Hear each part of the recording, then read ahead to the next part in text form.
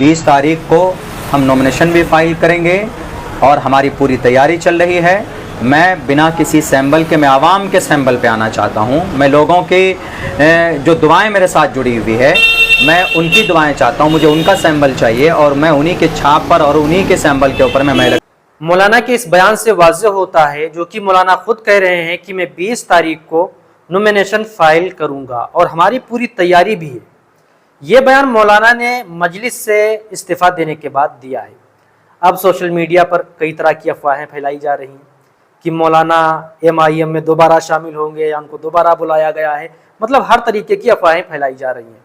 देखिए, पिछला बयान जो मौलाना ने दिया है उससे साफ पता चलता है, मौलाना ने उसमें कहा भी है कि अगर हमें इस वक्त टिकट मिल रहा है तो दोबारा हम मजलिस में आएंगे, दोबारा हम पार्टी में शामिल होंगे, लेकिन अगर टिकट नहीं मिलता है तो फिर हम इलेक्शन लड़ेंगे।